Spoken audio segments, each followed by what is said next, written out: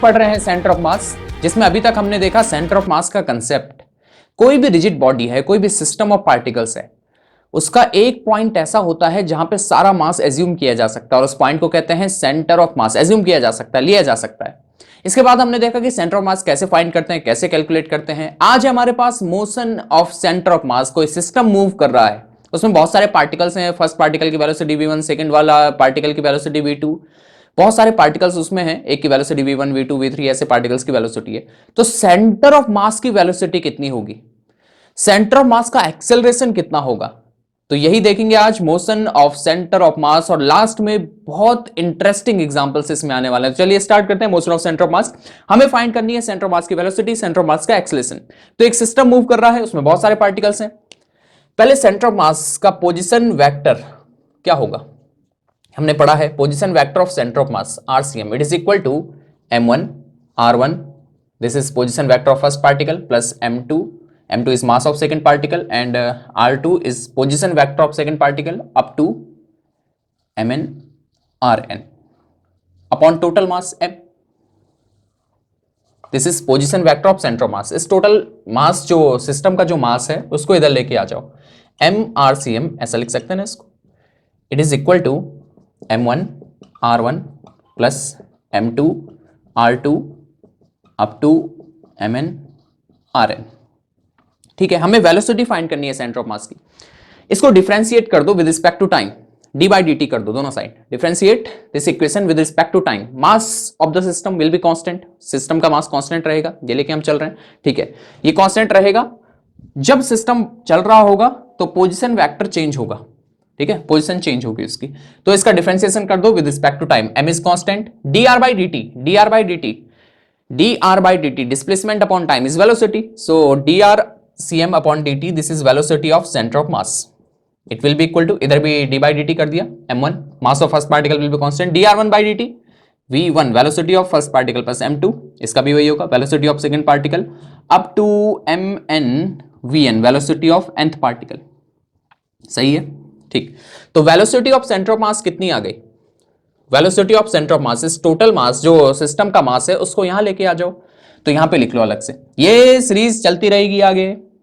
ठीक है, मैं यहां पे लिख रहा हूं वेलोसिटी ऑफ सेंटर ऑफ मास कितनी आ जाएगी। सेंटर ऑफ मास देखो सिस्टम चल रहा है आगे, उसमें बहुत सारे पार्टिकल्स हैं, तो सेंटर ऑफ मास किस वेलोसिटी से चलेगा, वेलोसिटी ऑफ सेंटर ऑफ मास। यहां से देखो m1 v1 plus m2 v2, जितने भी उसमें पार्टिकल्स हैं, सपोज n पार्टिकल्स हैं, तो mn vn upon total mass m।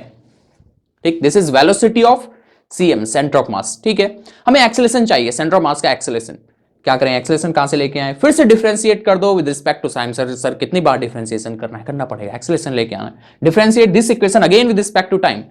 So m it is constant, m is constant, dv upon dt is change in velocity per unit time, change in velocity per unit time is acceleration, so this will be acceleration of center of mass and it will be equal to m1 again, m1 is the mass of first particle which will be constant, dv by dt is acceleration of first particle plus m2 dv2 by dt, dv1 by dt acceleration of first particle, dv2 by dt acceleration of second particle plus m3 a3 चलता रहेगा ना, जितने भी particles हैं, n particles हैं तो mn en acceleration of nth particle.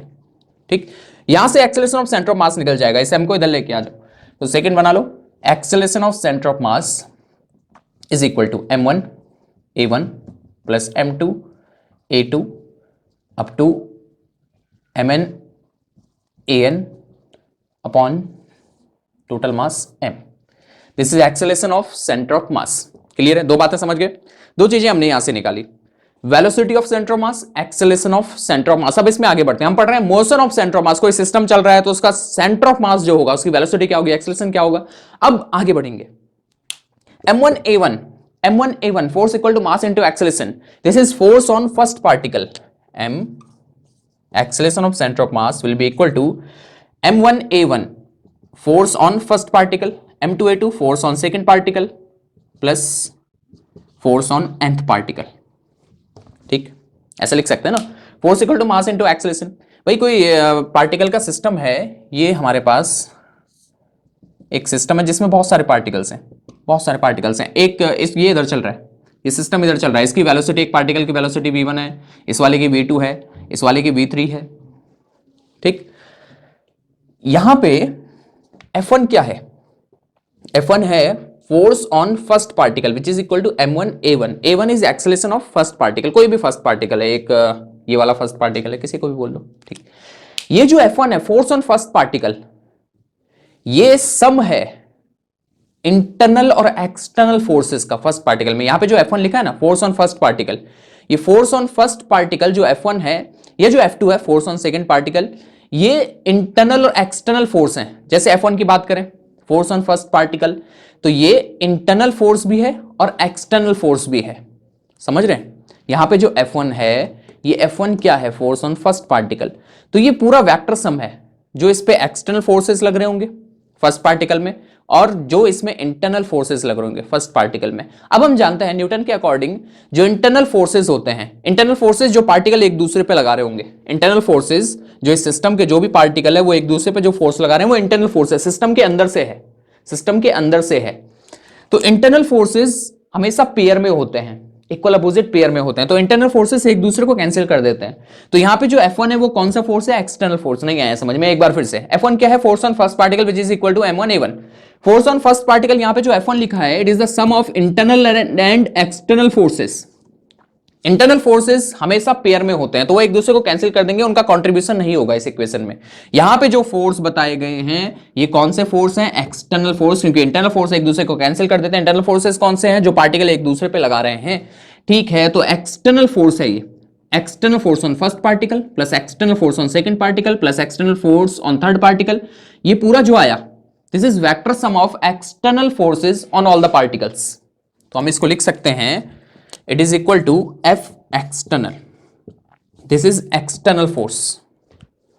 ठीक, external force first particle में, एक्सटर्नल फोर्स सेकंड पार्टिकल में, सबका वेक्टर सम। तो ये टोटल एक्सटर्नल फोर्स जो इस सिस्टम पे लग रहा है, जो इस सिस्टम पे टोटल एक्सटर्नल फोर्स लग रहा है, वो इतना है कि भाई देखो देखो देखो फिर से देखो, सपोज मैंने सिस्टम पे फोर्स लगाया F एक्सटर्नल, बाहर से फोर्स लगाया एक्सटर्नल फोर्स F, तो फर्स्ट पार्टिकल पे फोर्स लगा F1, सेकंड पार्टिकल पे F2, थर्ड पार्टिकल पे F3, ऐसे करके nth पार्टिकल पे Fn nth पार्टिकल पे। ठीक है, इनका वेक्टर सम किसके इक्वल होगा? जो मैंने फोर्स लगाया।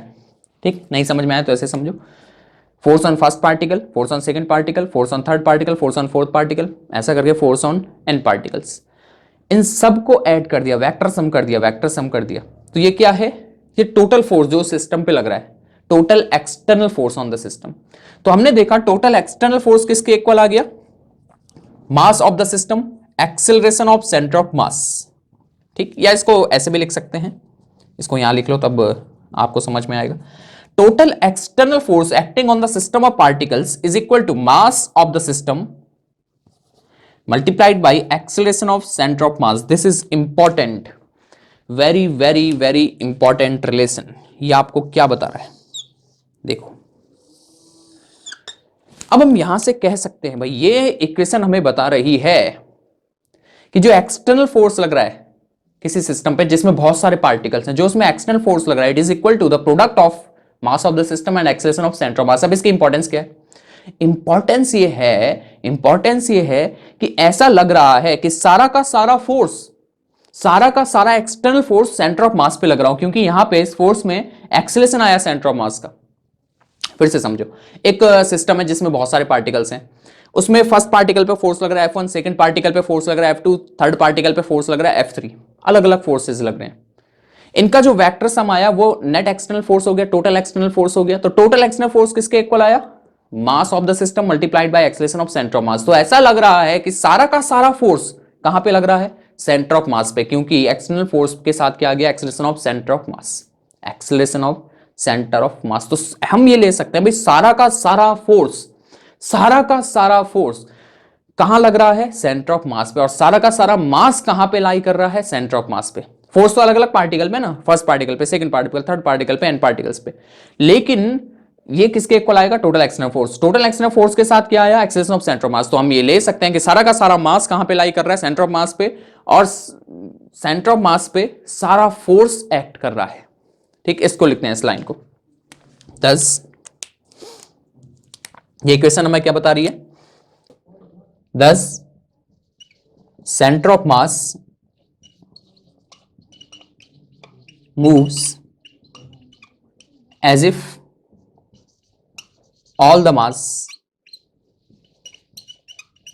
was concentrated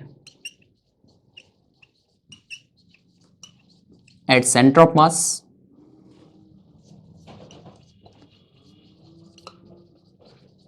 and all the forces were applied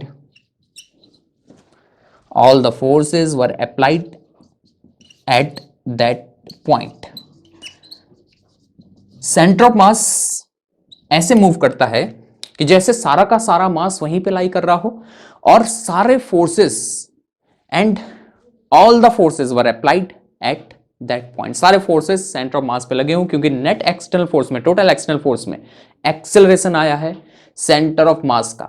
अब देखिए, अगर आपने एक सिस्टम ऑफ पार्टिकल्स के मोशन को स्टडी करना है, सिस्टम ऑफ पार्टिकल्स है वो मूव कर रहा है, उसके मोशन को स्टडी करना है, तो आपको देखना पड़ेगा फर्स्ट पार्टिकल में कितना फोर्स लग रहा है, सेकंड पार्टिकल में कितना फोर्स लग रहा है, थर्ड में कितना फोर्स लग रहा है, जितने भी पार्टिकल्स हैं उतने उसमें कितना फोर्स लग रहा है. तो ये काफी कॉम्प्लेक्स हो जाएगा. अगर हम सीधा ये निकाल लें कि उसका सेंटर ऑफ मास कहां पे है, उसका एक्सेलरेशन कितना है, एक्सेलरेशन ऑफ सेंटर ऑफ मास निकाल लें, तो मास ऑफ द सिस्टम तो नोन है, आप नेट एक्सटर्नल फोर्स निकाल लोगे उस सिस्टम ऑफ पार्टिकल्स में. तो जो सेंटर ऑफ मास का कंसेप्ट है वो बहुत इजी कर देता है चीजों को समझने को. अगर आपको सिस्टम ऑफ पार्टिकल्स के मोशन को स्टडी करना है तो सेंटर ऑफ मास का कंसेप्ट इस स्टडी को आसान बना देता है, इजी कर देता है. ठीक, इतनी बात समझ गए. चलो अब आगे चलते हैं इसमें.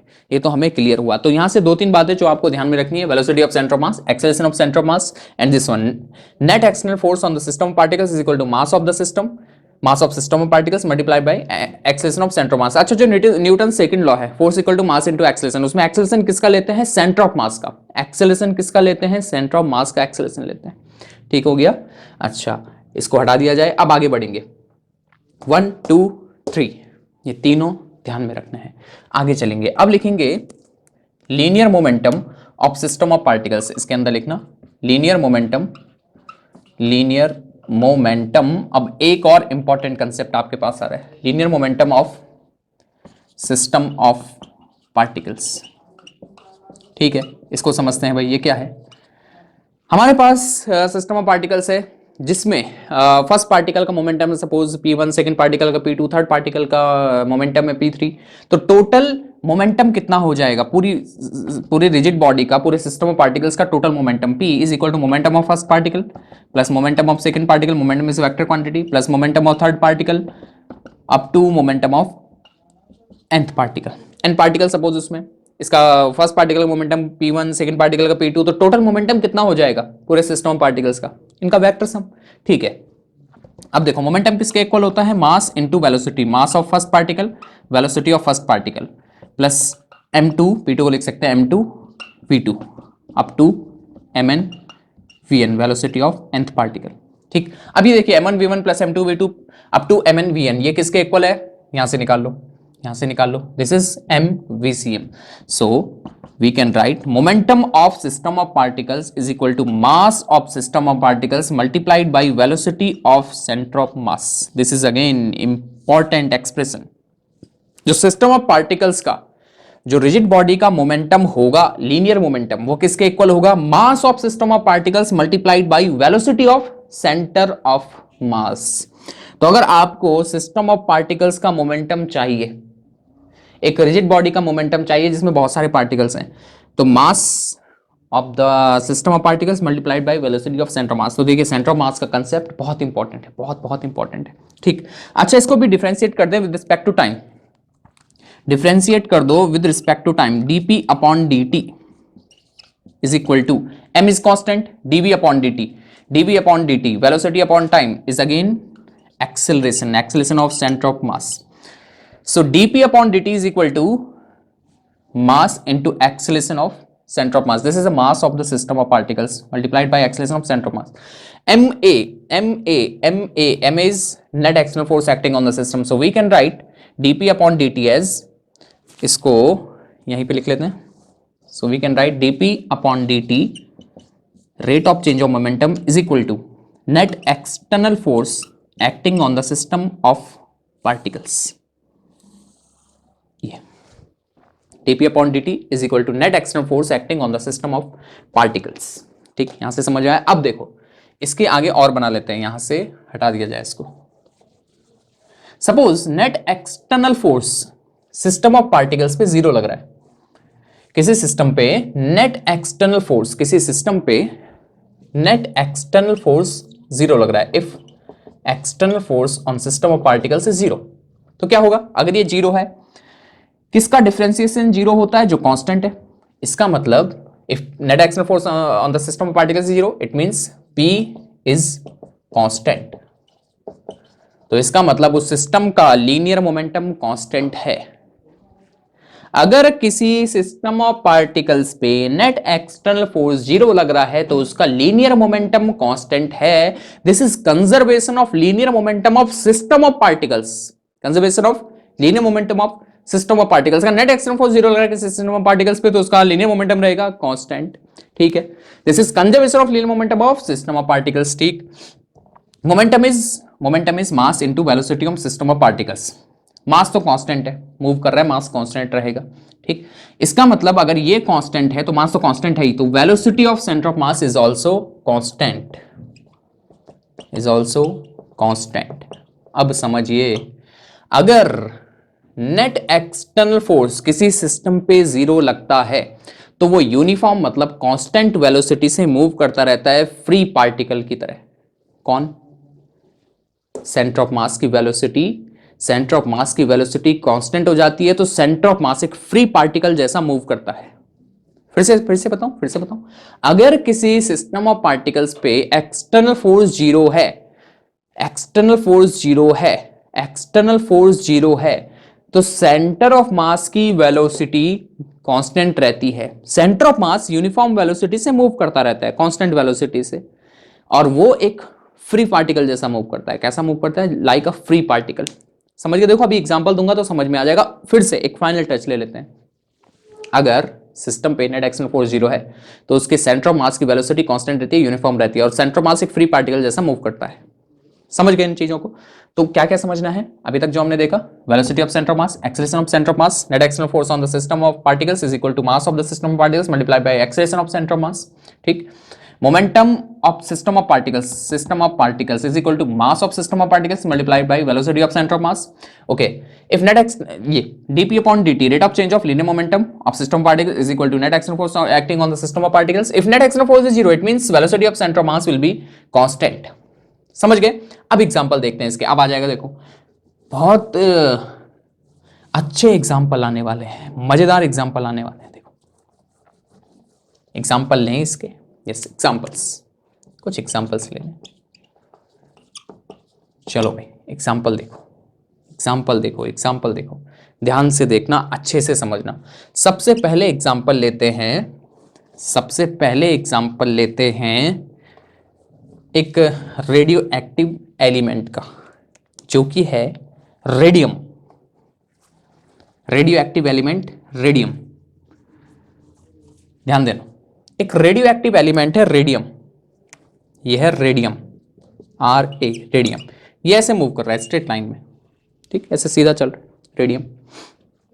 ठीक, इसका रेडियो एक्टिव डिके होता है, रेडियम का रेडियो एक्टिव डिके होता है। पहले रेडियम सीधा चल रहा है, रेडियो एक्टिव एलिमेंट रेडियम, इसका डिके होता है। ये बनता है, डिके होने के बाद रेडॉन और alpha particle. Alpha particle is nucleus of helium atom. What is alpha particle? Nucleus of helium atom. तो रेडियम जो कि एक रेडियो एक्टिव एलिमेंट है, सीधा चल रहा था, इसका रेडियो एक्टिव डिके होता है, ये बनता है रेडॉन, RN। रेडॉन और अल्फा पार्टिकल में ये कन्वर्ट हो जाता है, रेडॉन और अल्फा पार्टिकल एमिट करता है। अल्फा पार्टिकल मतलब न्यूक्लियस ऑफ हीलियम एटम, ठीक है। अब देखिए, अच्छा, जो रेडियम का रेडियो एक्टिव डिके हो रहा है, कौन से फोर्सेस की वजह से डिके हो रहा है उसका? रेडियम का जो रेडियो एक्टिव डिके हो रहा है, कौन से फोर्सेस की वजह से हो रहा है? इंटरनल फोर्सेस की वजह से। इसमें एक्सटर्नल फोर्स नहीं लग रहा। जब ये डिके हो रहा है तो वो इंटरनल फोर्सेस की वजह से डिके हो रहा है, तो एक्सटर्नल फोर्स नहीं लग रहा है। इसका मतलब जो सेंटर ऑफ मास है वो यूनिफॉर्म वेलोसिटी से चलता रहेगा। जब डिके नहीं हुआ था, देखो कहानी को समझना, एक रेडियो एक्टिव एलिमेंट है रेडियम, जब इसका डिके नहीं हुआ तो ये सीधा चल रहा था। डिके होने के बाद एक रेडॉन बनेगा, एक अल्फा पार्टिकल बनेगा। Alpha particle is nucleus of helium atom, जो कि रेडॉन से हल्का होता है, ठीक है। क्यों डिके हुआ? इंटरनल फोर्सेस की वजह से।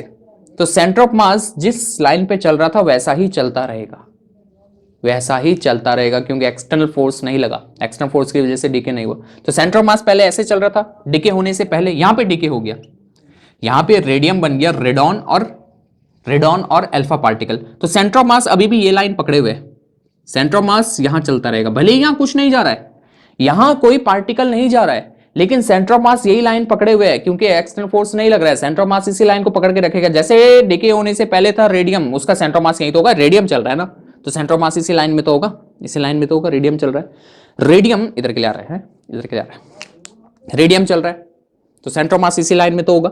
यहां पे वो डिके हो गया, रेडॉन बन गया और अल्फा पार्टिकल बन गया। Alpha particle nucleus of helium जो कि हल्का होता है रेडॉन से, ठीक। सेंटर ऑफ मास अभी भी अपनी लाइन पकड़े हुए, भले ही यहां कुछ नहीं जा रहा, लेकिन सेंटर ऑफ मास यहीं चलता रहेगा। तो जब ये डिके हुआ तो रेडॉन को और अल्फा पार्टिकल को कुछ काइनेटिक एनर्जी मिली, तो यहां से दूर भागने लगे, कुछ इस तरीके से भागेंगे, ध्यान से सुनना। रेडॉन और अल्फा पार्टिकल यहां से निकलते हुए कुछ इस तरीके से जाएंगे कि सेंटर ऑफ मास की यही लाइन रहनी चाहिए। तो रेडॉन क्योंकि हैवी है अल्फा पार्टिकल से, तो सेंटर ऑफ मास किसके ज्यादा करीब होगा? जो हैवी मास है, बताया था मैंने इससे पहले भी। सेंटर ऑफ मास किसके ज्यादा नियर होता है? हैवी मास के। जो भारी है सेंटर ऑफ मास उसके ज्यादा नियर होता है, ठीक है। तो ये ध्यान देना, सेंटर ऑफ मास यही लाइन पकड़े हुए, वो अपनी लाइन चेंज नहीं कर रहा, क्योंकि एक्सटर्नल फोर्स नहीं लग रहा, जो डिके हुआ वो इंटरनल फोर्सेस की वजह से हुआ। तो सेंटर ऑफ मास यही लाइन पकड़े हुए है।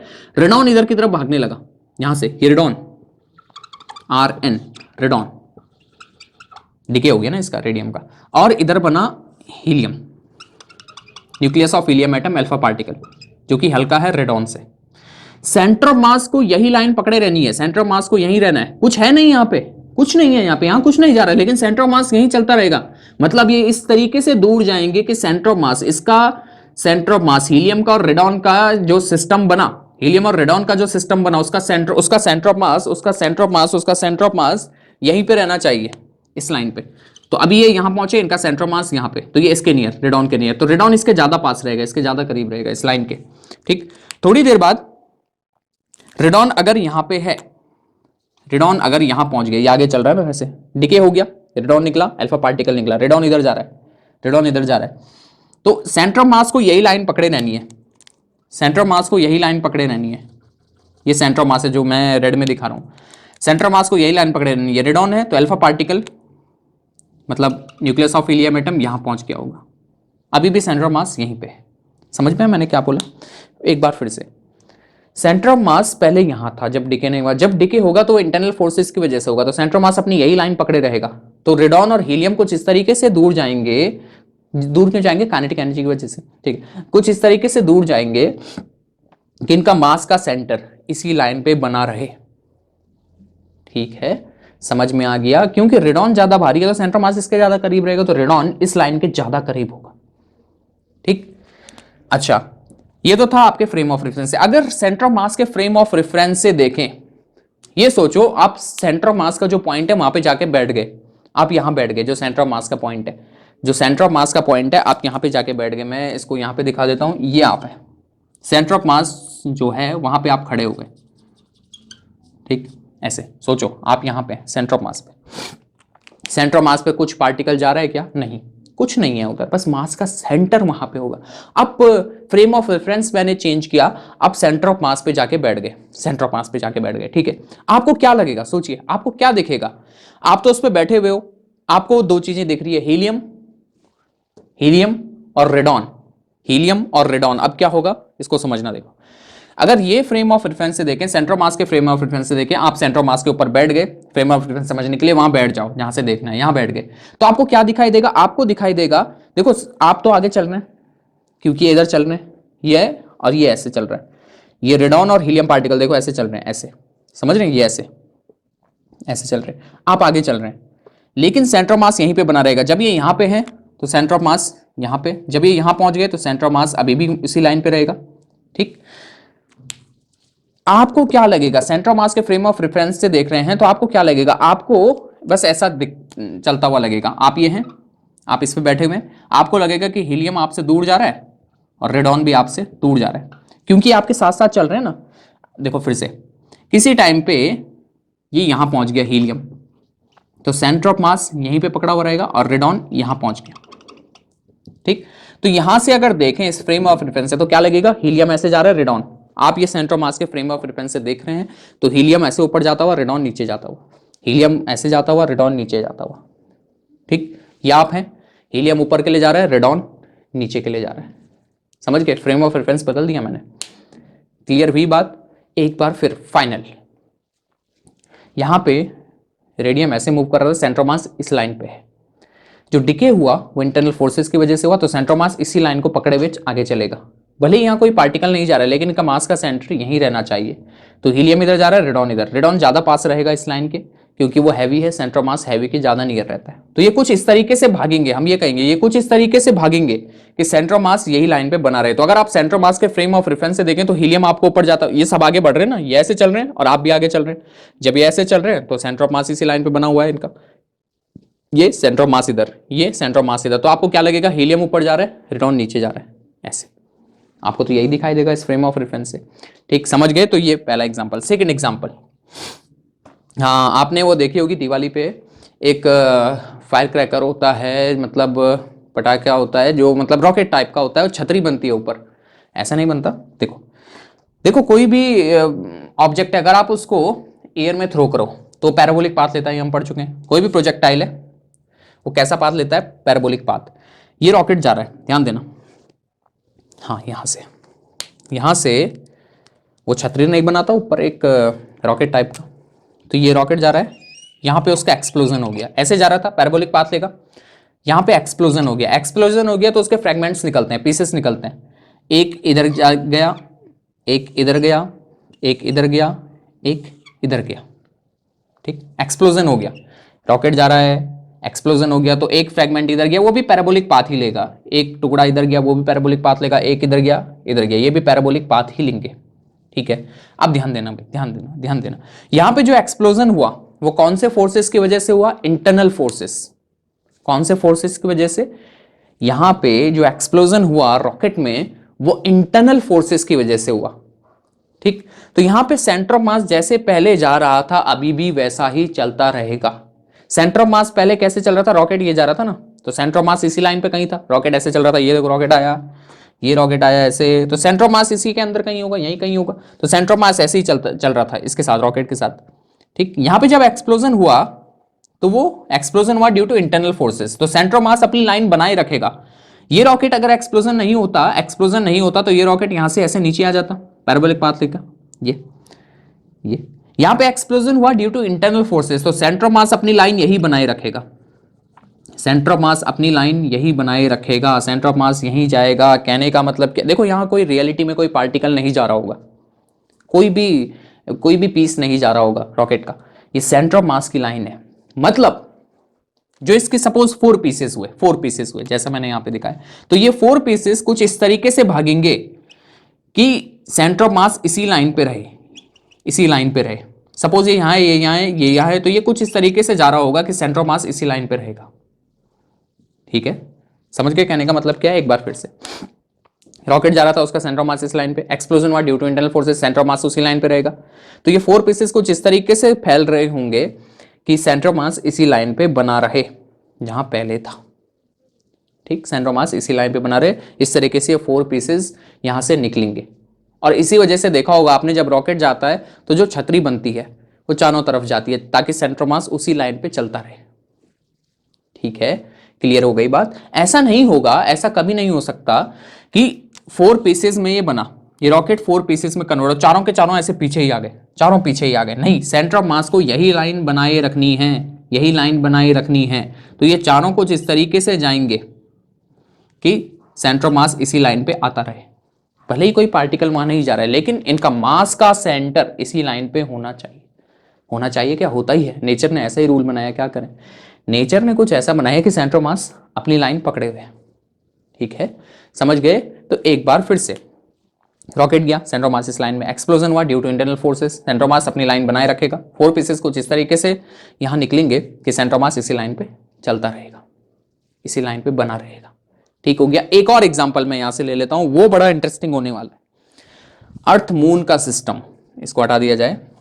ठीक है, तो एग्जांपल मैंने बताया, अब अर्थ और मून का सिस्टम, अर्थ और मून का सिस्टम, ये बताया ना मैंने, सेंटर ऑफ मास की वेलोसिटी यूनिफॉर्म रहती है अगर एक्सटर्नल फोर्स 0 है तो। थर्ड एग्जांपल, अर्थ मून सिस्टम। मून रिवॉल्व करता है अर्थ के अराउंड सर्कुलर ऑर्बिट में, सर्कुलर ऑर्बिट में। अच्छा, अगर अर्थ मून सिस्टम देखे तो अर्थ मून सिस्टम का सेंटर ऑफ मास कहां पे लाई करता है? ये हमारे पास अर्थ हो गई और ये हो गया मून, अर्थ और ये मून। ठीक है, देखो अर्थ लगभग 80 टाइम्स हैवी है as compare to moon, 80 times heavy है एज कंपेयर टू मून।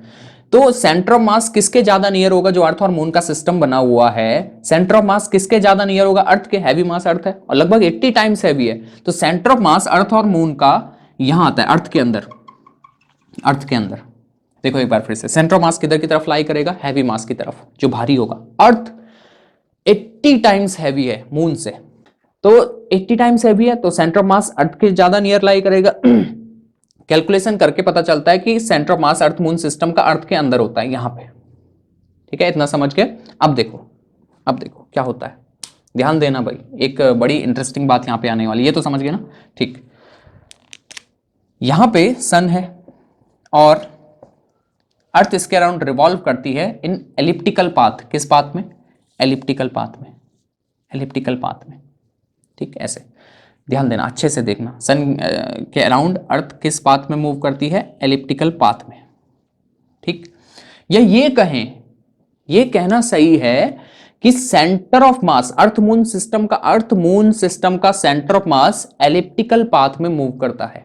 कैसे सर? देखो देखो, ये हमारे पास अर्थ है, अभी ऐसी है, ये अर्थ है, यहां पे मून है, इनका सेंटर ऑफ मास यहां पे होगा। ठीक, अर्थ घूम गई, रोटेट हो गई, रोटेट होके, अर्थ रोटेट भी होती है ना, रिवॉल्व भी होती है, रोटेट भी होती है, रोटेट होके यहां आ गई, यहां आ गई और सेंटर मास को देखो, अर्थ मून सिस्टम का जो सेंटर ऑफ मास है उसको इसी लाइन पे चलना है, इसी पाथ में चलना है। फिर से, अर्थ मून सिस्टम का centre of mass, earth moon system का centre of mass elliptical path में मूव करता है सन के अराउंड। किस पाथ में? एलिप्टिकल पाथ में। इसको लिख लूं, centre of mass, centre of mass of earth moon system, earth moon system moves in elliptical, elliptical orbit, orbit मतलब path, elliptical orbit around the सन।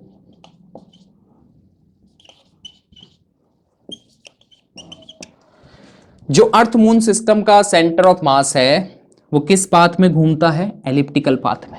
तो यहां पे अर्थ अभी ऐसी है, मून इधर है, तो सेंटर ऑफ मास यहां पे होगा, इस लाइन पे। सेंटर ऑफ मास यही लाइन बना के रखेगा, यही लाइन बना के रखेगा।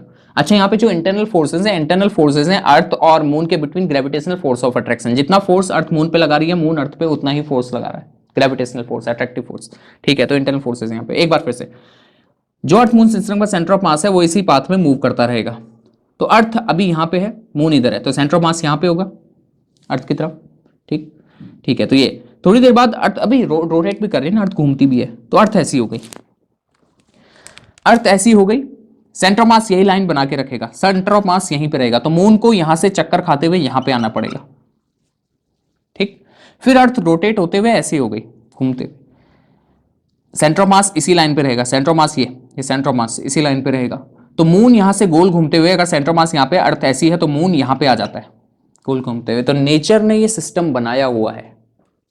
ठीक, बड़े इंटरेस्टिंग सिस्टम बनाए हैं हमारे नेचर ने। Centre of mass elliptical path में मूव करता रहता है अर्थ मून सिस्टम का। अर्थ ऐसी है, सेंटर ऑफ मास ने यही रहना है, तो मून इधर आ जाता है। अब बनाया हुआ है ना, ऐसा आ जाता नहीं है, वो चल रहा है ऐसा पहले से। ठीक, ये अर्थ रोटेट होते हुए ऐसी हो गई, सेंटर ऑफ मास को यही रहना है, तो मून को यहां आना पड़ता है। फिर अर्थ घूमते हुए ऐसी हो गई, सेंटर ऑफ मास को इसी लाइन पे रहना है, तो मून को इधर आना पड़ता है। ठीक, समझ गए? तो ये था मोशन ऑफ सेंटर ऑफ मास। मैंने कुछ एग्जांपल आपको बताए। ठीक, 1 2 3, इन एग्जांपल को याद रखो, आपको motion of centre of mass clear हो जाएगा। तो इसमें इतना ही, थैंक यू।